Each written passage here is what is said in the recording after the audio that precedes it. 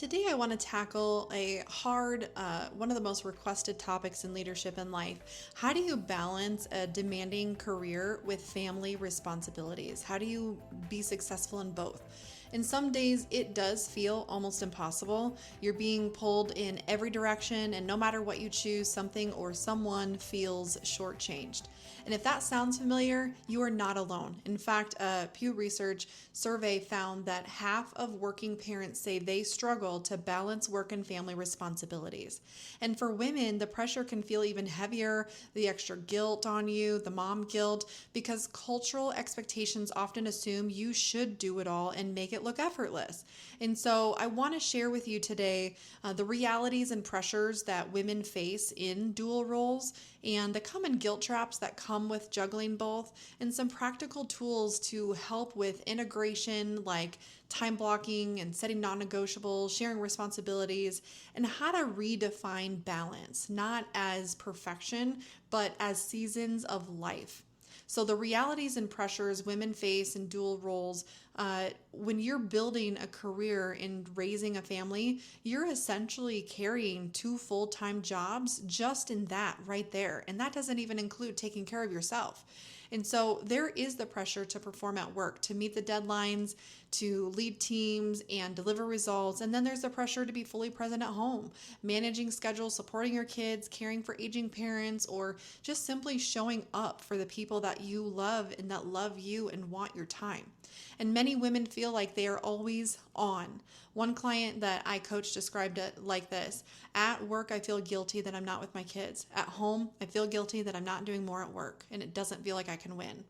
And that is a reality for so many people. You are constantly switching hats, constantly adjusting, and often carrying the mental load of both worlds until you reach a point of burnout or just constantly feel like you're in burnout.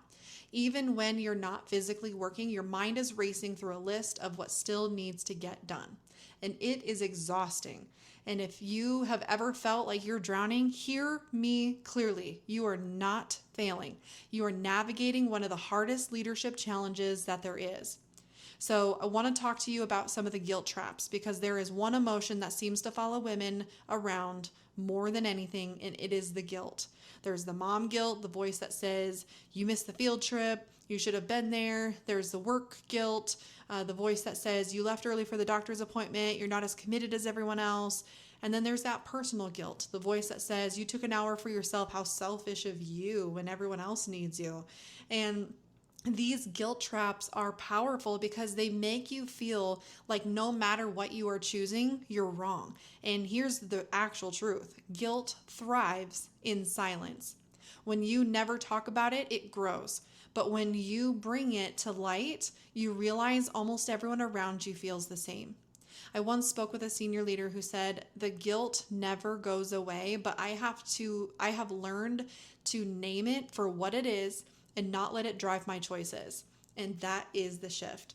You cannot eliminate guilt completely, but you can choose to not let it steer your decisions. So how do we actually navigate the juggle? Here's 3 practical tools that I want to share with you that I believe can make a huge difference. Number 1, as simple as it sounds, it can be hard to do, you have to be intentional about it, is time blocking. Instead of trying to be everywhere at once, block your time with intention. If you know mornings are when you do your best creative work, block that out for you, for your most important tasks. And if evenings are sacred for your family, block that out too. Protect those blocks like you would a client meeting. When you are at work, be fully at work. When you're at home, be fully at home. And number 2 are the non-negotiables. Decide what it is that are non-negotiables for you in this season. When we were closing on a house, and it was just a couple months ago, it was very overwhelming. The process didn't go the way we wanted it to. It all worked out in the end, but it was a very stressful process. I did not enjoy most aspects of it. And I could tell my body was in high stress mode. I could tell everything was just not quite in line the way it needed to do with my body. Like, you could just tell it was very stressful. And I just remember a lot of things that would come up, hey, this is an issue. Okay, is this something we need to do now? Or can this be tabled until we get through closing? And every decision I made regarding this whole transition with this house was, is it a priority right now, or can we wait till after closing? And it was allowing me to be able to just close that book for now. I'll deal with it later. It is not a priority. And so for you, maybe it's being home for the family dinners 3 nights a week. Maybe it's attending every board meeting at work. And the key is to know what matters most for you right now so that you can stop feeling guilty about the things that are not essential. This time of year, fall, I love fall. You get a lot of really nice days where you can spend it outside and you're not dripping in sweat or you're freezing cold. And it's just so good to be able to get that extra vitamin D. And so that's another almost a non-negotiable, I would say, for me this time of year is how much time can I break away, 15 minutes here, 15 minutes there, to just take a break outside. Or if I'm heating up some food to eat lunch, just sit outside for 15 minutes and eat your food and be mindful while you're eating your food. Just meditate. And it's created such a almost like it's like an antidepressant. Being able to get that fresh air and that extra vitamin D, it's so beautiful, especially when you work inside all day long. And so another tool is shared responsibilities. Stop carrying the load alone. Share the responsibilities. That might mean dividing household tasks with your partner, hiring help when you can, or teaching your kids to take on age-appropriate responsibilities. For me, it's, do I want to spend this extra time cleaning, or is there budget to be able to have help with cleaning so that those extra 3 to 5 hours, every couple weeks could be spent one-on-one with my daughter? And that is significantly more important to me. And there's times where, that's not in the budget, but there's times where it is. And so I have to make that choice if that's a non-negotiable, to share that responsibility. And so at work, it might mean delegating instead of doing everything yourself. Sharing the load is not a weakness. It is leadership. And so here's a story that sticks with me. A vice president that I coached was trying to do it all, the work, kids, house, you name it. She carried it and felt like the world was on her shoulders. And finally, she sat down with her husband and said, this is not working. We need to redivide some responsibilities here. And they wrote down every single household task that was heavy on her or that they could both come up with, but mostly she was coming up with that, here's what needs to get done. And they just divided them up fairly. And she said that it changed her life. And the biggest part of this was she had to communicate that, because her husband probably was more than willing to step in and help out and carry some of that weight or, step up his game. But he needed to know that. And so it then changed her life. And so the weight that she had been carrying silently was finally shared, and then she could be able to breathe again. And so I want to talk about balance itself.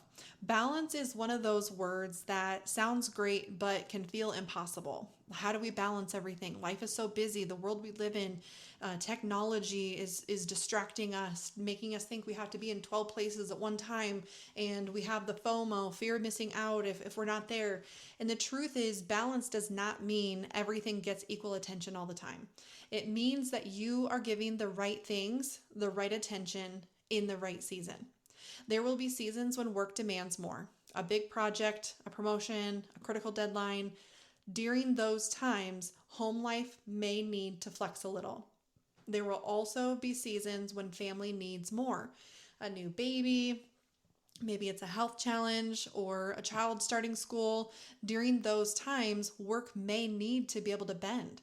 I know for us, moving into this house and then shortly after school started, it was a little chaotic, but it also allowed for kind of hitting the reset button for new schedules, creating new environments, new routines.